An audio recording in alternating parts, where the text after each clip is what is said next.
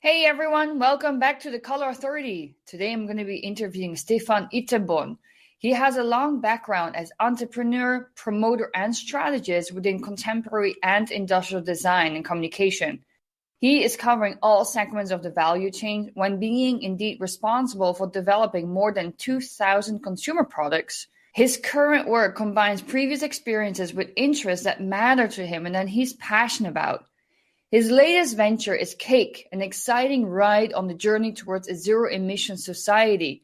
The company develops high-performance electric off-road motorcycles that launched in 2017. Now, I'm really excited to hear what Stefan has to say about indeed the future of mobility.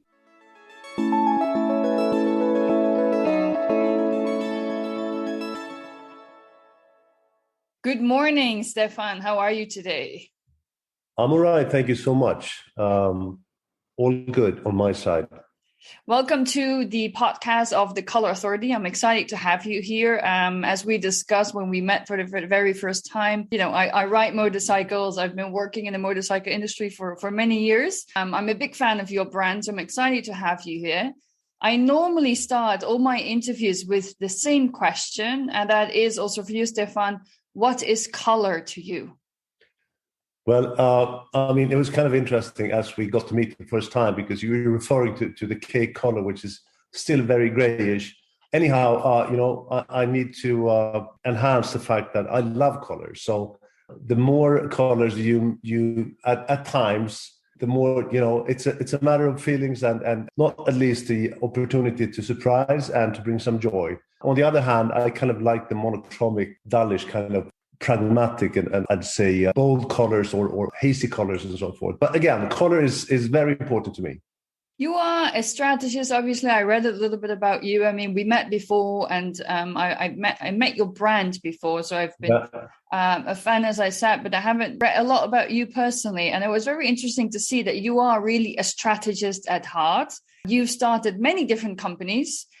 With also different backgrounds. And in 2016, you started Cake, and then you launched your first production motorcycle, I think, on the market in 2019. Now, in one of your late interviews, you said that your brand changes what normally or what typically is the motorcycle dirt market, which is aggressive, it's macho, it's roary, it's that's how I also know the motorcycle world. Yeah.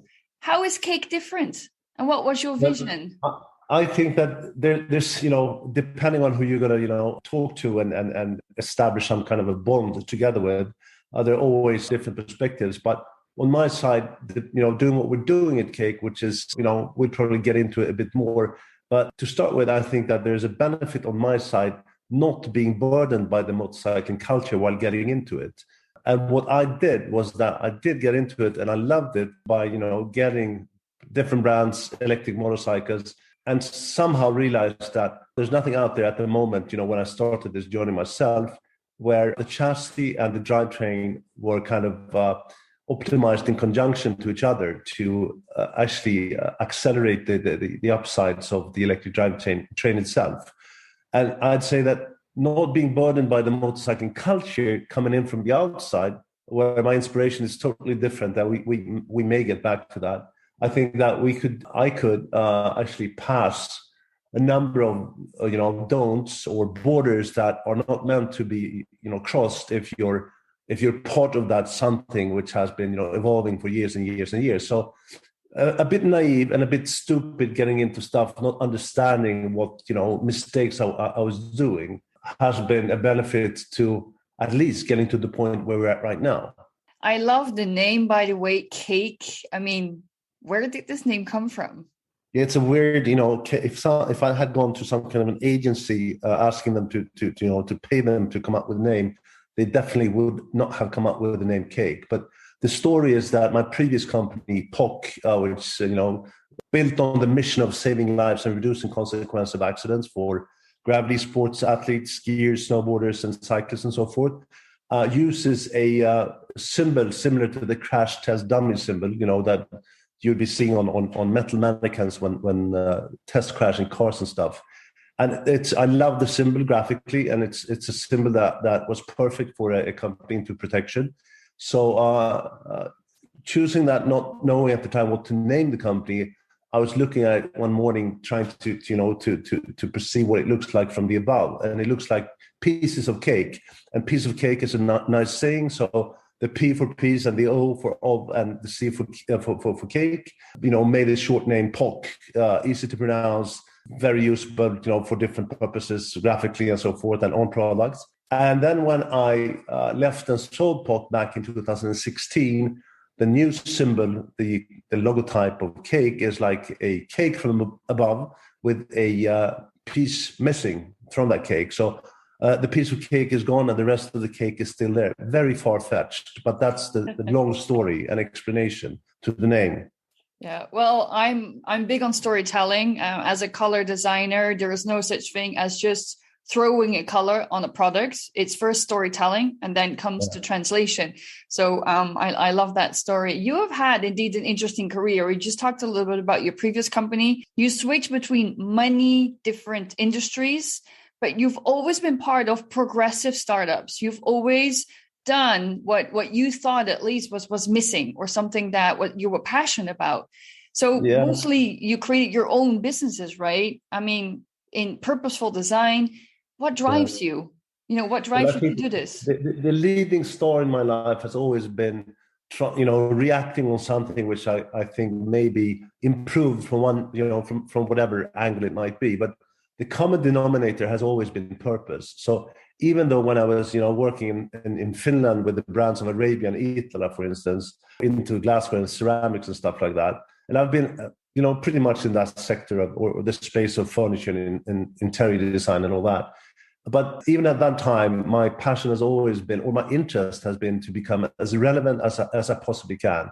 And it's kind of a long story, actually, and I don't want to bore anyone out there. But the aspect of preferences during different times is not the consequence of subjective thinking. It's more a reaction to the sign of the times. And reflect the aspects of, politics, innovation, industrial, aspects and opportunities and whatnot. So society at large kind of, shapes the perception of certain times. And the more accurate you may be in terms of kind of reflecting those times and also adding the aspect of physical quality to ensure long life cycles, actually has the opportunity of creating something that becomes a classic, something which is sold at auction houses 100 years later, 200 years later, or only 20 years ago. And that is basically my main focus in whatever I do, to be able to extend life cycles and to fight the biggest challenge against sustainability, which is basically our pace of consumption.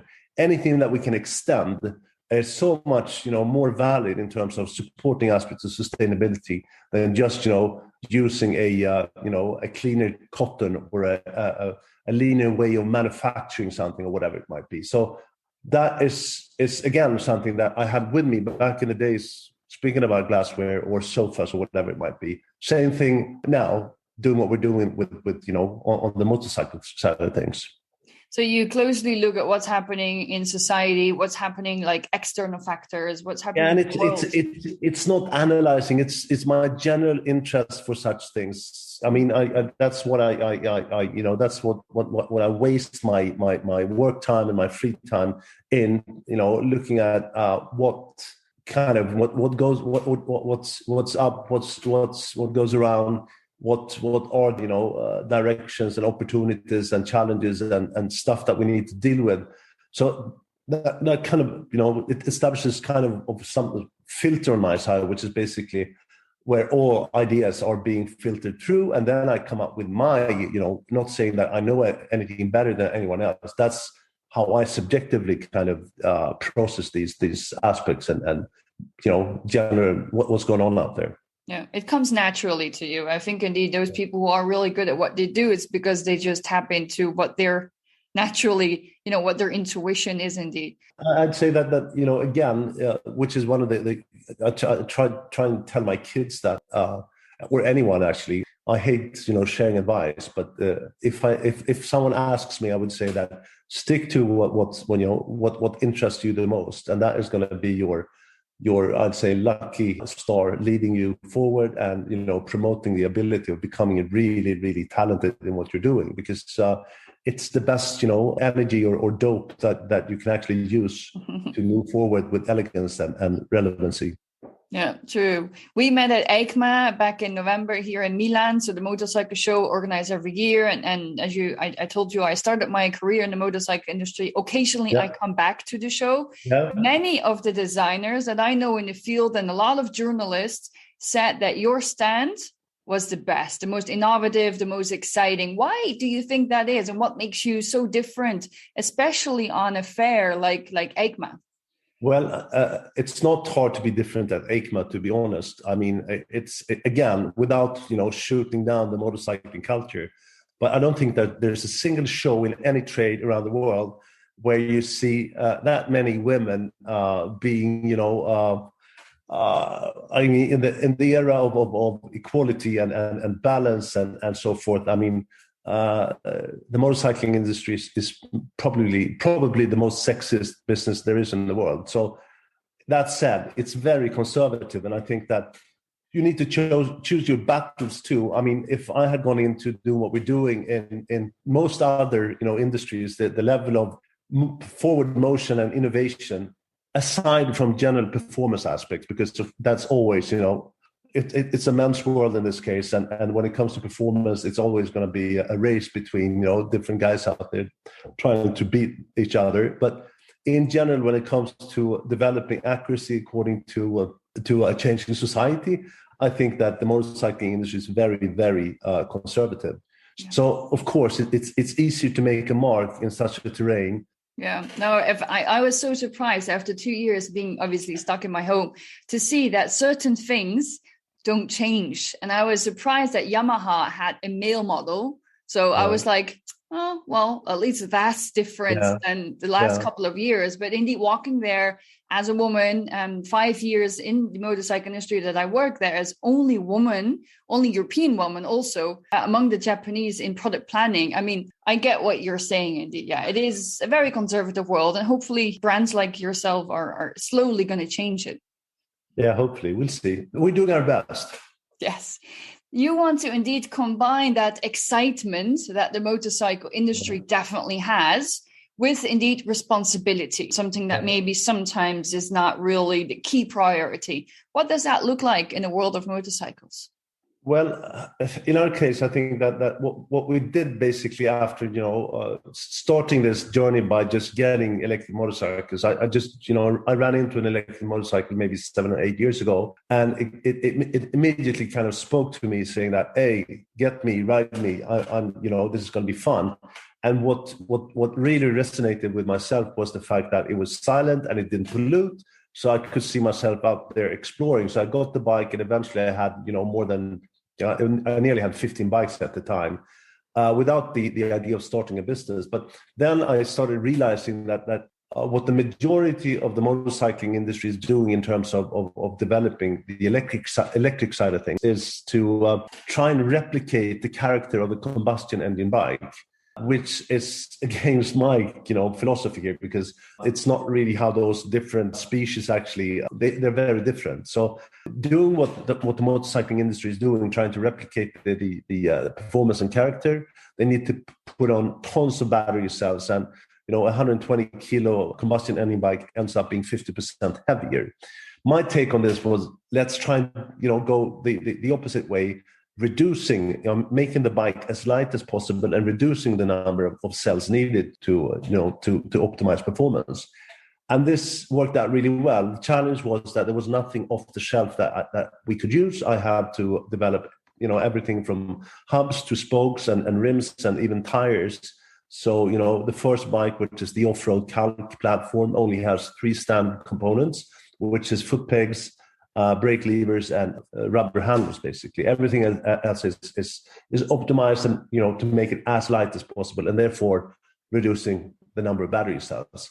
That was how I got into it, and that is why I define what we're doing as the ambition of creating a new category, which is defined by light, quiet, and clean. I think that still, there's going to be tons of competition down the line. I don't worry about that.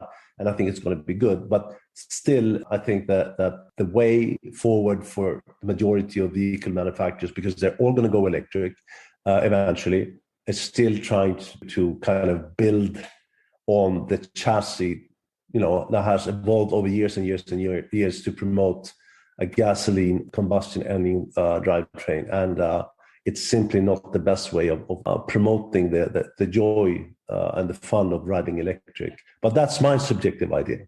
Yeah, no, I think you're correct. I think the future definitely is electric for motorcycle. Talking indeed about your current color scheme, we just touched upon it, of the products. I personally would call it, obviously with my knowledge of Sweden, very Swedish, very subtle, elegant, but above all minimal, black, white, and a bluish gray. It's not just gray, it's a bluish gray. Yeah. And obviously you have some brass and some gold metal parts. Yeah. Can you tell a bit about this color choice that you made? Yeah, I think that on my side, it's really, the proof is in the pudding. I don't want to kind of seduce people by something which is colorful and therefore, establishing attraction. I think that we're on a journey. We just launched a brand 2 years ago. And I think that the elegancy is in the physical, reality of a product that we materialize, which is anything to sizing, the bending of tubes, a machined, stem or a hub. And in that sense, the elegancy is within the actual context of the materialized hardware, basically. We will make bikes that are yellow and pink and whatnot down the line, I'm sure. But at this point, and on this journey, still being a baby company or brand, we cannot compromise, we cannot cheat. We need to be very transparent about who we are, what our innovation is all about, and that the beauty is in the riding the bike, basically. And therefore, there's a deliberate reason to exclude anything that is there to attract or seduce beyond the actual experience. So I'm looking forward. When you asked me this question when we were at NACMA, I was like, yes, it will come. But at this point, and I did mention that there is, for another reason, there's also a green bike that we didn't show at APA now, which is a bike that we've developed for anti-poaching in Africa, a project that we're doing with the Southern African Wildlife College. And that bike is safari green and kind of sandy beige to promote, hiding in the bush in Africa. And I love that our second, color in this sense, color scheme, was actually made for a reason, and not to kind of, again, to establish cosmetic attraction just for, spreading the word. Yeah. Yeah, you get me. Yeah, I think indeed I totally understand the color scheme a lot better now that you've said that it is about the bike, it's about its innovation, it's about its structure, and you want people to pay attention to this first so they understand who you are. And then next step is to indeed incorporate perhaps more color. It's interesting that you say that color distracts the eye. Indeed, that is true in some cases. I do also believe that sometimes color can enhance certain features. It's not that, but I think that it does make sense to us. And at times, maybe we're a little too patient with ourselves, not just, going for it. But there are also fun things that happens. Pharrell Williams, for instance, we have common friends, and he got to ride one of our bikes, and he was like super stoked and said, I got to have one of these bikes. If you make me a yellow one. And we made him a yellow bike. He paid full pop and everything was perfect. Of course he wanted yellow. Yes. Yeah, of course he wanted yellow. And he got his yellow bike. And I think that the majority of people that have seen a cake bike around the world, they've seen Pharrell's yellow one. So again, that yellow Pharrell bike made all the sounds, but it was him and not us. And therefore, we didn't need to take the responsibility for making that yellow statement. But that's a clear, it's an evidence how color and I'd say celebrity together may, really can push stuff. Yeah. He did a great job for you to get you some promotion and still get some color out there. Yes. Yeah. Talking about Swedish design and Swedish design values. you've not just worked in the motorcycle industry. Although you're not a designer at heart, you have been involved deeply in design processes. Yeah. What does it mean, Swedish, to an audience that mainly is American, Mexican? Yeah. I think that potentially, I think that we've had to have a pretty wise perspective on how we deal with aspects of functionality of the making and the usage of stuff. Scandinavia being, geographically in the north on the globe, we never ever got anything for free. It's been cold, and we've had to kind of be sourceful with our resources. We have not had the ability or the luxury to elaborate the way other cultures have, throughout the years. So there's this durable simplicity, which is, again, enhancing the aspects of which I'm speaking about all the time when it comes to extending life cycles and using stuff through generations, and therefore, supporting the aspect of sustainability. So I think that climate being a poor culture until, recently, the past 70 years, and being, again, resourceful with whatever we've done due to that. It's something which is in the backbone of what we do in Scandinavia. That's also generalizing, I would say, because there's a tons of stuff which is happening and would, stand against what I'm saying. But as a clear channel among other directions, it's definitely that. Then I would say that there has been this, I'd say, worry or anxiousness being so far from the actual, epicenter of things happening, that we've been strongly influenced and very quickly, and we've been striving to be a part of the big world, and then being the neighbors from the countryside, cultures that are as strongly inspired by the French monarchy during the 1600 or the 15, 16 and 1700s. I'd say that Sweden and Scandinavia has been heavily influenced by the whole, post-war American kind of culture. So there's this anxiousness not being a part of the real deal that makes us a bit worried, and therefore being very open to inspiration from the outside. So there's a mix of that loomy kind of durable and functionalistic perspective, together with excitement and wanting to be a part of something which we're not. Yeah. I think me being born in the Netherlands, I think we have a similar syndrome, not being Italian or French indeed, designer-wise also. I mean, I think it's changing. I mean, when I go to the furniture fair in Stockholm, I mean, it's amazing. It is indeed sustainable, but there's so much more color used than in some other countries, which I find very interesting. Yeah. And I absolutely, and again, I'd say that is also potentially, as we become, the world is much smaller, so potentially the pace at times in Scandinavia is so much faster than in many other places, because there's, again, due to the eagerness of being a part of something and being in the forefront and showing that we can, despite the fact that we're, relatives to Santa Claus up in the north, there's this eager to be part. So that potentially has this energizing character or aspect or quality, if it's a quality, I don't know, but it's a behavior at least. Well, I do think that Scandinavia and Sweden in particular, your brand probably is part of the future of mobility. I came across an idea, or actually a concept, of La Ville de Proximité of Paris, a new idea from Anna Hidalgo. She wants to make Paris a 15-minute city. So everything where you want to go by foot or by bike needs to be within 15 minutes. Now, let's hope she will allow electric motorcycles in those areas. What do you think is next for mobility? No, I'd say I think Paris is a golden example of the pace and the speed that we're in terms of the transition towards zero emission from a number of different perspectives, but not only for cleanliness and disturbance aspects. I think that the whole mindset in terms of and behavior is pushing this forward. But the most important aspect in terms of pace and speed here is not attitudes or values anymore. I think that we're in the perfect storm, being who we are, together with everyone within the same space that we're in.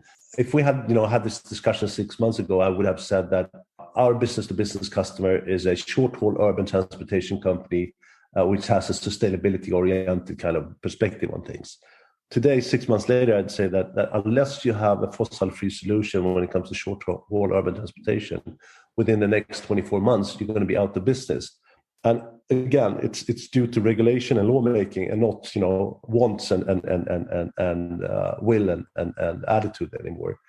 So with Paris as a golden example of taking these initiatives for an urban experience, whether you're walking or being on a public transportation or potentially on a bicycle, and hopefully on an electric moped or is changing super, super fast. Yeah, it is. So indeed, the zero emission topic is very close to your heart. Now, today's market is representing a lot of greenwashing brands. They pretend to be green, but they're not. So you do not wish to make any compromises. What are the consequences for your brands or challenges? You just mentioned the combustion engine. It's never going to be like an electric engine. What else? No, I think that we need to be transparent and patient about the situation, because if I went out there and said, hey, look at cake, we're super sustainable, I'd be lying, because consumption is a direct kind of, enemy against our ability to actually be sustainable. So we need to be open about the fact that there is a process going on. Things are happening at high speed. And I'd say that right now, we would never pound our chest saying, hey, look at us, we're electric, and therefore we're sustainable. There are tons of challenges in terms of lithium being dug out from the ground in Bolivia, to cobalt from Africa and whatnot. But I think that there's this common determination within the industry of vehicles, at least, or in a number of other areas as well, of course, where there's so much good happening that in 10 years from now, everything is going to be extremely much better compared to a combustion engine, because today it's pretty much as bad.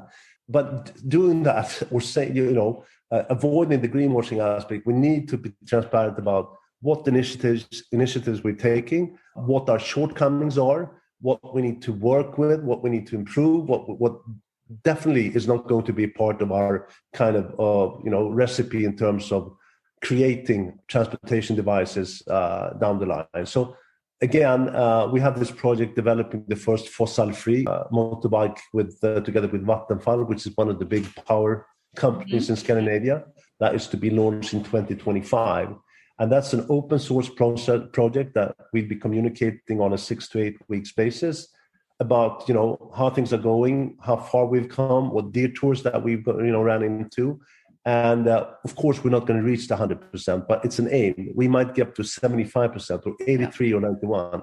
But the whole idea is to inspire the vehicle industry about what learnings we do to make this whole the needed motion forward to accelerate.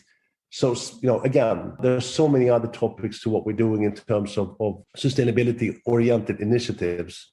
Everything's going to be electric. So let's stop promoting the idea of electric. It's just one tiny little part of the general challenge in terms of reaching a more a sober situation within our general need for transportation, being human beings. I don't know if that makes sense to you, but that's my general and long. No, it totally does, because electric is not going to be sufficient. Also, if everybody now today plugs in their electric car or motorcycles, the whole network, at least in Europe, is going to go down. Yeah, it's going to be, and I'm being confronted with stuff myself, which is, to be honest, I don't know if I've been for or against nuclear power. I've been very, conscious about the fact that we need to deal with, basically the nuclear garbage when being used that needs to be, taken care of.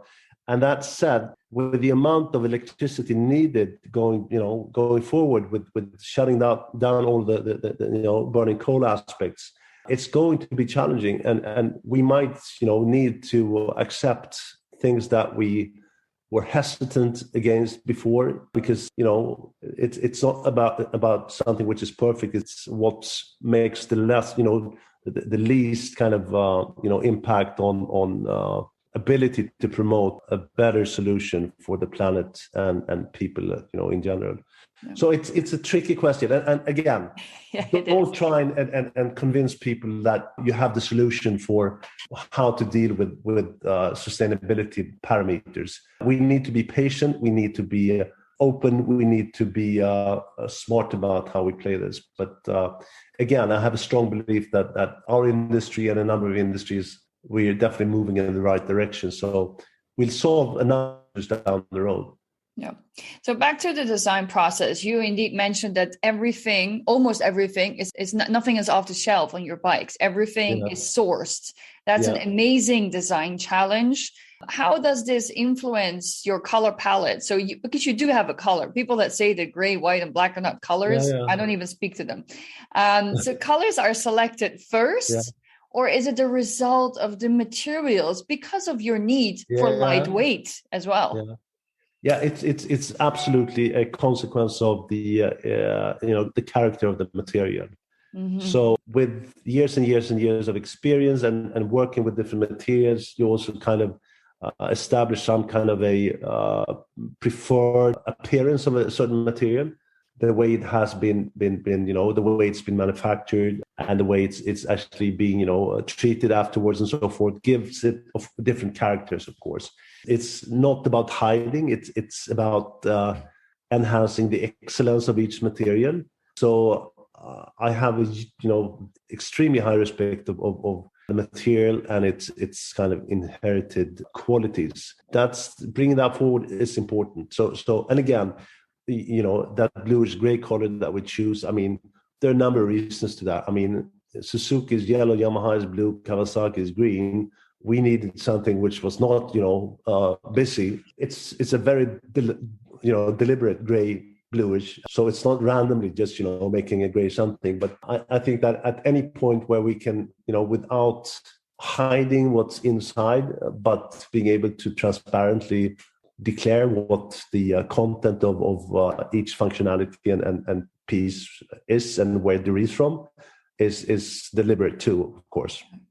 Your first bike, Kalk, was inspired by Gotland. What is so inspirational about Gotland for you? Where do you generally find your inspiration for design and color? Well, I'd say that the reason why this came up was that I have my country house on the island of Gotland. And I started riding these bikes I got, the 15 bikes. And this is where my whole cake journey started. And I loved the place. And so there's this nonsense story about how we name our bikes, which is, again, the kalk means limestone in Swedish. Mm-hmm. And there's this amazing story about Gotland. It used to be a part of the Silurian Sea 400 million years ago. And it actually went from the equator and turned up north and inside the Baltic. And that's the only place, in the Baltic where there is that limestone from the Silurian Sea, which is an amazing story. And that makes Gotland very light. It's like the sun and that white limestone is unique experience-wise to Sweden and the Baltic region in general. So we named that one kalk as in limestone. The second one is Ösa, and that's also a connection to Gotland. And it's like a mobile working bench, pretty much. It's a power tool for power tools and handymen. And it's named after our carpenter who's been doing, our tracks and everything, helping us out with building stuff on Gotland. And his name is Ösa, and we named that working bench bike Ösa, as a celebration or a homage to him. And this last compact bike that we launched, which is Macka, and there's this ancient language in Gotland named Gutniska, and Macka means little bug or insect, and it's the tiny little insect or bug in connection to the other. So again, sorry for long stories, but there are reasons why things pop up, and we're not telling all of them. They just happen to be. Yeah, no, but I think it's beautiful when it's personal and it's also for you at least emotional, and I think that's what makes a brand a good brand, if you have the story to tell. And that's what people are interested in listening and talking about. Indeed, design. You've been involved in many different markets. What is, for example, a color memory that is precious to you? Perhaps a product that you designed or that you were part of that really stood out. I think that Jasper Morrison, British designer, did a little booklet on a project he did for Capellini, potentially back in, I guess, 1989, 1990, called Progetto Oggetto. And he was doing it, he was the creative director for that project. And he did this little nice booklet where he had all of the prints inside, or sketches were done with a bright green pen on white paper. That struck me. It's always on my mind. I love that combo, the white and green. That's something that really resonates with me. And I'd say that aside from that, I'm a big fan of roses. So I have a big rose garden at my country house, and I spend as much time as I can. And, the different colors and tints of pink is something that gets me I go crazy.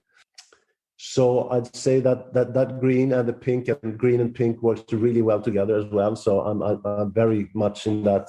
But then I can also, with my previous journey and POC, it was all about fluorescent bright orange in contrast to white and other colors, which I also adore. So I just bring three different perspectives on product references and recent stuff that I've done. So there's, but then I can also, I love a bowl of M&Ms, being 6 years old, and just looking into those colors with these makes me go like, fun. I love it. I'm excited. It energizes me. So all of these different, and I could probably just, I'm going to stop there because I become.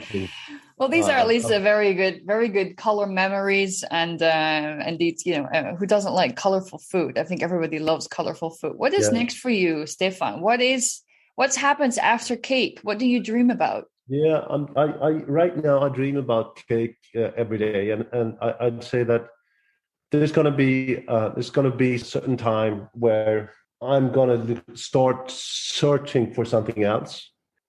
In general, throughout my career, I've been stuck with projects for 10 years at a time.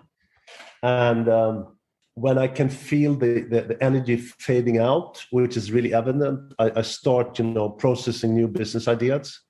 And this comes automatically. And I love that process too, because it's all about being true to yourself and bombarding your ideas with criticism to try and filter through what makes sense in the end. And during those times, I play around with 6 to 10 ideas. And then eventually, by the end of that process, which might be, a couple of years, it's like, I got to do this because it makes all the sense. I've tried everything to kill it, the idea. And it doesn't matter, what. I know that there's a way forward and it's going to make sense. And then when that feeling occurs, and the hair, stands up and I'm like, I got to do it, I do it. When you get those, those bumps on your arms, that's the right direction. Yeah. Ending on a colorful note, you mentioned indeed that there would be more color, as you said, in the next couple of years. Would you like to elaborate on that statement? Just give a sneak peek in what's coming for cake in the future. I would say that we're going to, continue developing the color scheme in relation to the African journey that we're doing. I mean, there's so many things happening due to the anti-poaching initiative we've, initiated, and that is going to expand. But there's actually fun, even though you with your initial kind of, as we met the first time in Milan, you were like, hey, what about colors? And we're doing this super colorful thing in Venice Beach during February that will be launched during March, actually. So, whoever will be interested, they'll see a new side of cake where we'll be using the current bikes as canvas with the addition of colors somehow. I'm not going to, spoil the news aspect of that, right now, but there's going to be a palette of color arriving to the cake, environment in March. Okay, that's exciting. At least now people know what to be looking out for. And I'm sure people will indeed, yes. Thank you very much for this interview. And I hope you enjoyed it as much as I did. Thank you very much. It was exciting. It was fun, and it was it was also a bit tricky trying to at times share the reason why. Sometimes they're just a part of your kind of way forward. But anyhow, I hope it made sense to some extent, and thank you so much.